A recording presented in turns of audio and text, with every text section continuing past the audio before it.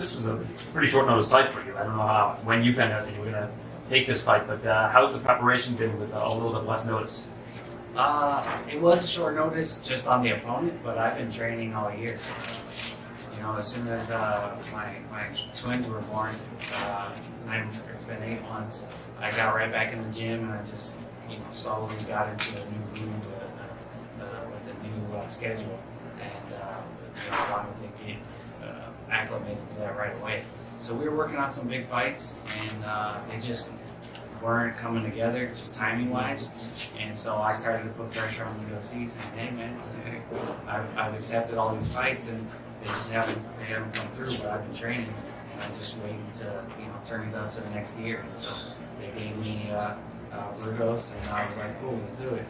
So it was just about, turning up the training a little bit, and here we are. Yeah, there was a talk with TJ Dillashaw, and I think you must have known about what the news was before it all came down. Did he pull everybody aside and kind of talk to them about what was going on and what the status was? No, I kind of found out like everybody else. It was quite a shock because it's, as far as our team, we have standards and stuff like that about being honest and going through stuff. But he's still a part of our team, and it's a decision that he made, and that we forgive him for it. It's unfortunate. I just, obviously myself didn't like being, put in pictures and the whole team being accused of stuff that's not true. Have you spoken to him one-on-one since then and kind of cleared the air? Yeah, he feels terrible about the whole situation, and the talking's been pretty minimal because I was training for the fight. But yeah, we're working past it. Do you feel like it shines a negative light on the team as a whole and makes people think, oh, maybe all these guys are into this sort of thing? I think it did, but whatever. I got drug tested more this camp, which is fine, and I'm for more drug testing because I don't do anything, so it doesn't bother me. First, congratulations on the twins. Coming off of 3 tough losses, does that put additional pressure on you for this upcoming fight, or how do you stay focused with that? It definitely makes me upset with myself in my performances, so it makes me really attention to detail. But going into the fight, I'm thinking about how I'm undefeated here in Canada, so that's a streak I like a little better. So yeah, I mean, I put a lot of attention into detail, fixing mistakes, and I'm ready for this. Thanks, Evan. You mentioned there are some other big fights on the table. You were in talks to headline this card originally, right, against Zombie, and it didn't come together? Yeah, that's true. I didn't know anybody knew that. Yeah, we were trying to make it work with the Korean Zombie, which I thought was a great fight, and but he was busy with his schedule, and so they kept pushing the fight back, and so I said yes to every date, and it didn't happen. So here we are. Is that a fight you hope to revisit sometime down the line?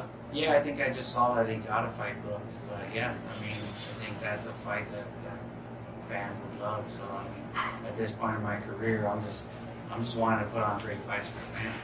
You've been pretty open about the distractions, external, kids you can't avoid, obviously, buying a house, changing camps. How much of that factored in, do you think, in your last few performances?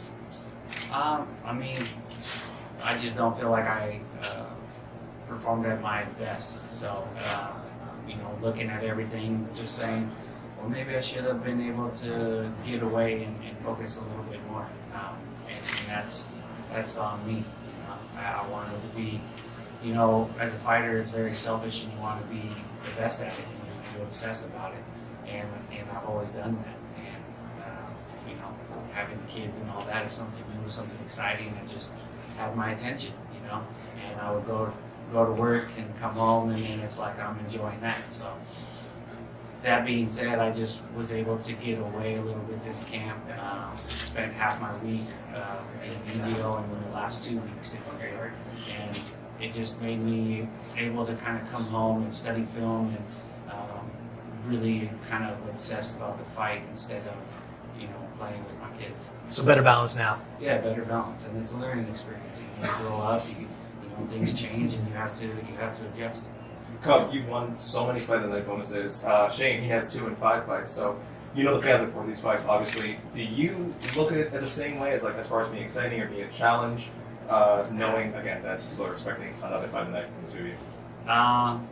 If it happens, then so be it. You know, those fight of the nights, you wake up the next morning a little bit sore. So it's not what I want preferably, but it's my fighting style. It's his fighting style.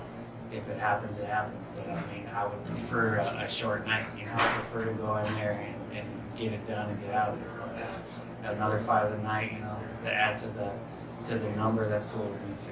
And I've seen you mention Zuffa boxing recently. If you had the choice, would you want to do both, or would you want to make a full transition into boxing and just kind of focus on if that comes up? I definitely do both. But yeah, doing a boxing match is always something that I wanted to do in my career. Something I've asked the UFC since I was fighting in WBC, and they always told me no and shut me down pretty quick on it. So I was a little frustrated when Conor did it, but I understand the magnitude of it, and I was very supportive of that. You know, for our sport, just to see the what ifs. I mean, that's the whole reason the sport came to be. To say, hey, let's take this style versus this style, see what happens. That's what this sport is about. So I wanted to see, you know, MMA fighters crossing over. You see, you know, in Japan, you see some big stars doing kickboxing and stuff like that. I think that's awesome. You've already been through some life-changing events.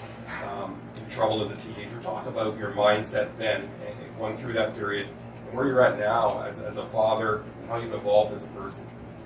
I mean, that's a great question. I really owe that to the sport.